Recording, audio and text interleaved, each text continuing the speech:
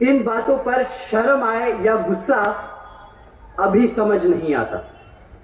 ये फितरत है भाजपा की, धोखा देने की, कमजोरों पर अत्याचार और बहुजन समाज को दबा के रखने की। साथियों, इसी तरह है केंद्र की भाजपा सरकार। कुछ लोग मन की बात सुनाकर वोट ले गए आपका, और अब जब जनता परेशान और बेहाल है तो मन की ही बात सुनाकर बोलते हैं, अरे हम तो फकीर आदमी हैं, झोला उठाकर चल पड़ेंगे। आप सब बहुजन समाज से हो, बहुजन समाज से कभी ना झुकना, कभी ना रुकना। अपनी जिंदगी को अपनी शर्तों पे जीने की हैसियत रखने वाले हो तुम। वो कहते हैं ना कि अगर किसी चीज की लत लग जाए तो वो आदमी की पहचान बन जाती है। तो आज मैं कहता हूं कि बना लो ये पहचान एक निडर समाज की, एक ताकतवर समाज की।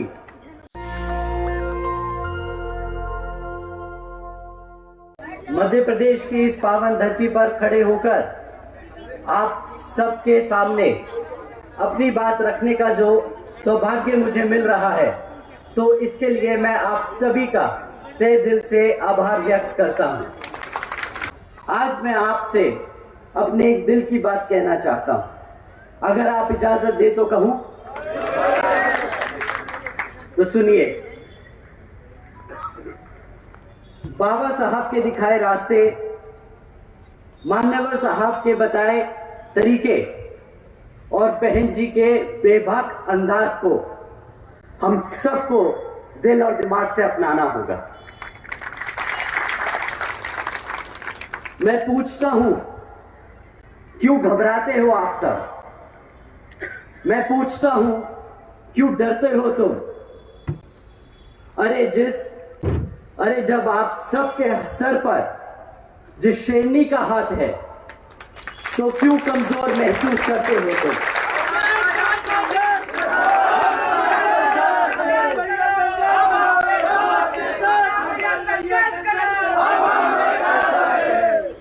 आप सब बहुजन समाज से हो, बहुजन समाज से कभी ना झुकना, कभी ना रुकना।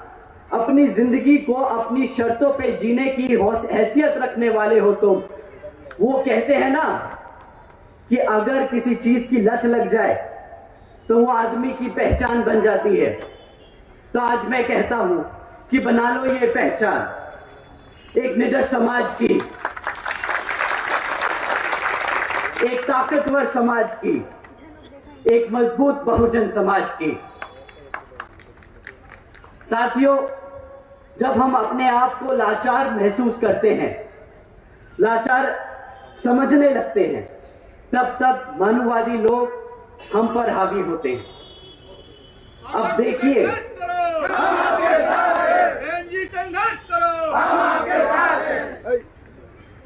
अब देखिए इस भाजपा सरकार का असली चेहरा। श्रीमती रामप्यारी बाई जी, आप सब ने इनका नाम जरूर सुना होगा। ये वही हमारे बहुजन समाज की महिला हैं जिनको कुछ मनुवादी सोच रखने वाले लोगों ने उनसे उनकी जमीन हड़पने की कोशिश में श्रीमती रामबाई जी को जिंदा जला दिया। ऐसा क्यों हुआ? क्योंकि घबराते हैं हम, क्योंकि आज तक बिखरे हैं हम। श्रीमती भारती कसडेकर जी, इनके परिवार के बारे में इनके परिवार के बारे में भी आप सबने सुना होगा कि किस तरह इनके परिवार के 5 सदस्यों की हत्या कर दी गई। खैर, यहां पर हत्या होना कोई बड़ी बात नहीं, लेकिन हैरानी की बात यह है कि श्रीमती भारती जी जब 200 किलोमीटर पैदल चलकर अपने समाज के ही गवर्नर साहब से मिलने पहुंची, तो गवर्नर जी ने क्या किया? उन्हें मिलने से भी इनकार कर दिया। ऐसा क्यों हुआ साथियों? क्योंकि आज तक हम डरते हैं, क्योंकि अभी भी हम बिखरे हैं। श्रीमती लीलाबाई जी, इनका नाम भी आप सबने सुना होगा। श्रीमती लीलाबाई जी वही महिला है जिन्होंने अपने बच्चे को कोख में ही खो दिया। क्यों? क्योंकि एक अफवाह चली कि कुछ आदिवासी समाज के लोग धर्म परिवर्तन कर रहे हैं और कुछ मानववादी सोच रखने वाले लोगों को ये बात हजम नहीं हुई, तो अपना वर्चस्व बनाए रखने के गुरूर में श्रीमती लीलाबाई जी के घर में घुसकर उनके साथ हाथापाई कर उनके बच्चे को कोख में ही मार दिया। ऐसा क्यों हुआ? क्योंकि आज भी कमजोर महसूस करते हैं हम, क्योंकि बिखरे हैं हम। साथियों, सिर्फ एक बार एकजुट होकर तो देखो, एक बार सत्ता में आकर तो देखो, फिर मजाल है कि कोई हमारे समाज की तरफ आंख भी उठाकर देखे।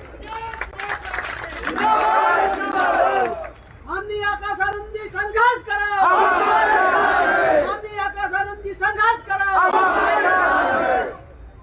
साथियों, जो भाजपा सरकार अपने आप को नंबर 1 बताती है, तो शायद आपको जानकर हैरानी होगी कि हकीकत में यहां की भी भाजपा सरकार किन मामलों में नंबर 1 है। नंबर 1 है पूरे भारत में हमारे बहन बेटियों पर अत्याचार करने में। 350 से भी अधिक बलात्कार के केस सिर्फ पिछले 1 वर्ष में दर्ज किए गए। यहां पे नंबर 1 है भाजपा सरकार। नंबर 1 है पूरे भारत में हमारे बुजुर्गों पे अत्याचार करने में। यहां की भाजपा सरकार नंबर 1 है। नंबर 1 है पूरे भारत में हमारे एससी, एसटी, ओबीसी व धार्मिक अल्पसंख्यक समाज पर अत्याचार करने में।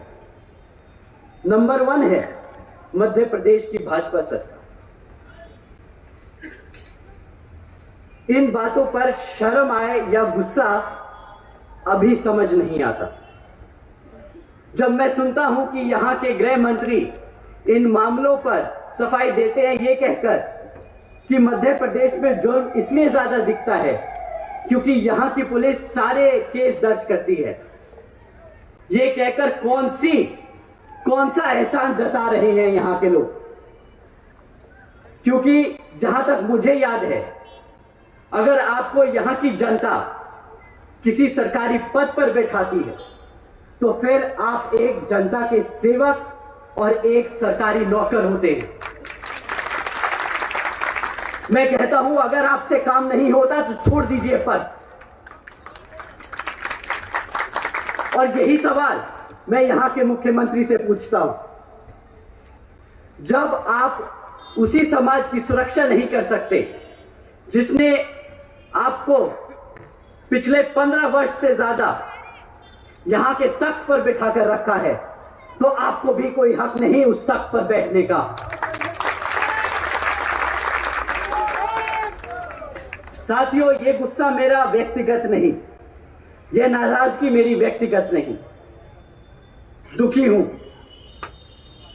क्योंकि हमारे बहुजन समाज को जो मुख्यमंत्री के साथ साथ प्रधानमंत्री बनाने की हैसियत रखता है, ताकत रखता है, उसी समाज का शोषण होता है।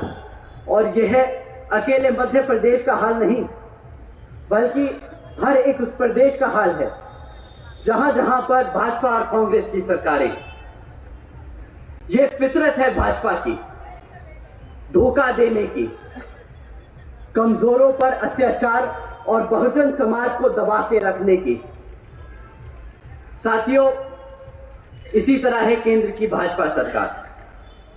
कुछ लोग मन की बात सुनाकर वोट ले गए आपका, और अब जब जनता परेशान और बेहाल है तो मन की ही बात सुनाकर बोलते हैं, अरे हम तो फकीर आदमी हैं, झोला उठाकर चल पड़ेंगे।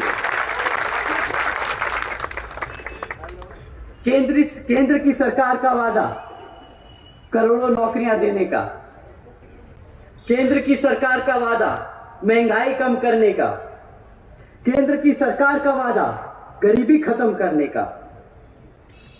क्या यहां बैठे मेरे साथी लोग, आप लोगों की लग गई नौकरियां? क्या आप लोगों के लिए हुई महंगाई कम? क्या आप लोगों की बढ़ी आमदनी? अरे साथियों, जो 10 करोड़ नौकरियां देने का वादा किया था ना, 10 करोड़ तो दूर, 5 करोड़ लगी हुई मैन्युफैक्चरिंग सेक्टर में जो नौकरी लगी थी, वो भी आज घटकर सिर्फ 2.5 करोड़ रह गई है। जो महंगाई का ढिंडोरा पीट रहे थे 2014 में और आम आदमी को एहसास जताने निकले थे कि भाई 50 रुपए का पेट्रोल बहुत महंगा है, भ्रष्ट है ये सरकार, आज उन्हीं सरकारों से पूछता हूं, क्यों भाई 100 रुपए का पेट्रोल आज महंगा नहीं लग रहा क्या? जो गरीबी खत्म करने निकले थे, आज नोटबंदी जैसे काम करके शायद गरीब को ही खत्म कर चुके हैं। 2014 में 2 करोड़ 70 लाख लोग जो गरीबी रेखा से नीचे थे, आज उनकी संख्या बढ़कर 13 करोड़ से ज्यादा हो चुकी है। हम सबको पूछना होगा यहां के प्रधानमंत्री से, क्यों अब ऐसे ही भारत की इकोनॉमी बनेगी $5 ट्रिलियन की? मैं अगर सही मायने में समझता हूं तो केंद्र की सरकार को बहुजन समाज को मुफ्त में राशन देने जैसी योजनाएं चलाने की कोई जरूरत नहीं। हमारे समाज को हमारे पैरों पर खड़े होने के लिए सिर्फ अवसर चाहिए, क्योंकि इतिहास गवाह है साथियों, बहुजन समाज लेने वालों में से नहीं, देने वालों में से है। आज हम भाजपा सरकार को मन की बात नहीं, कुछ काम की बात समझाना चाहते हैं। एक लीडर होता कैसा है, एक मुख्यमंत्री होता कैसा है और एक प्रधानमंत्री को होना कैसा चाहिए। बहन जी ने कानून व्यवस्था के साथ साथ राज्य के सामाजिक व्यवस्था के लिए भी अनेकों कार्य किए।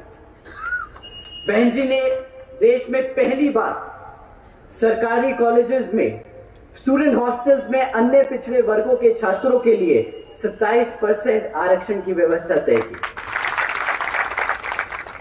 बहन जी ने सावित्रीबाई फूले बालिका शिक्षा योजना के तहत 7 लाख से ज्यादा बच्चियों को 12वीं तक की शिक्षा प्राप्त करने हेतु 600 करोड़ से अधिक लागत इन बच्चियों पर, अब बच्चियों को अपने पैरों पर खड़ा कर एक उज्जवल भविष्य देने के लिए खर्ची।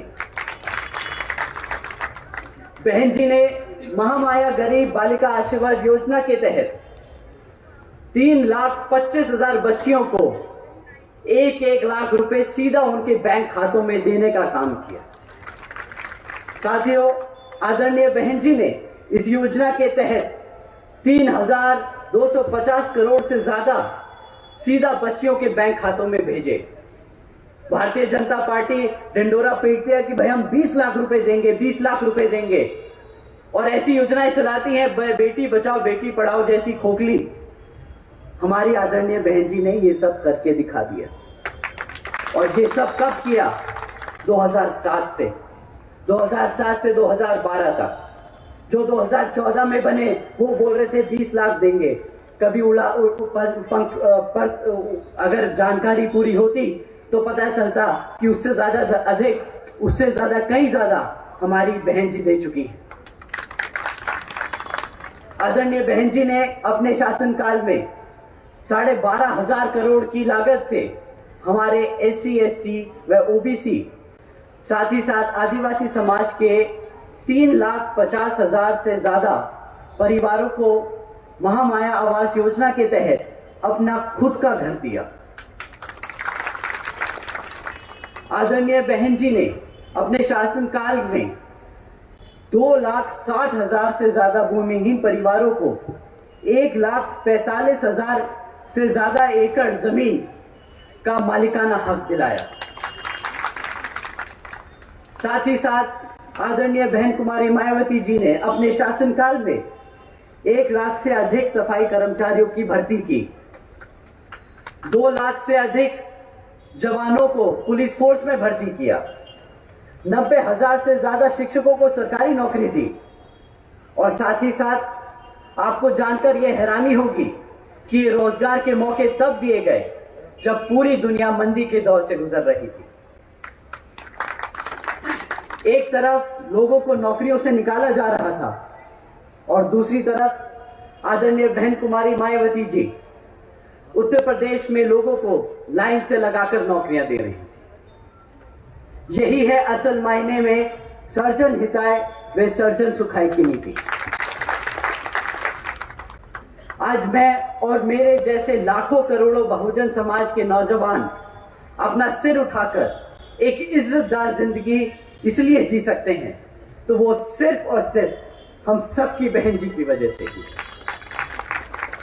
मैं आज यहां अपना सिर झुकाकर अपने दिल पर हाथ रखकर बहन जी का तहे दिल से शुक्रिया अदा करता हूं। आदरणीय बहन जी जिंदाबाद जिंदाबाद जिंदाबाद। तो साथियों, आप और हम सबको एकजुट होकर समाज के हर एक व्यक्ति को बसपा से जोड़ने का काम करना होगा और आने वाले विधानसभा आम चुनाव में बता देना होगा कि हम आ रहे हैं, हम आ रहे हैं हर उस चीज के लिए जो इस संविधान में हमारे समाज के लिए हमारे गुरु देकर गए हैं, बाबा साहब डॉक्टर भीमराव अंबेडकर जी। और सही मायने में यही होगा इस भाजपा सरकार को मुंहतोड़ जवाब। अंत में मैं यहां मंच पर मौजूद सभी छोटे और बड़े पदाधिकारी और कार्यकर्तागण का तहे दिल से शुक्रिया अदा करता हूं। साथ ही साथ हमारे सभी बड़े और जवान बीबीएफ के जवान साथियों, आप सभी का मैं तहे दिल से धन्यवाद करता हूं। साथ में यहाँ इतनी बड़ी संख्या में आज हमारी बहनें, हमारी माताएं जो इस समारोह के लिए आए हैं, तो आप सभी का भी मैं तहे दिल से शुक्रिया अदा करता हूं। जय भीम, जय भारत, जय बहन जी।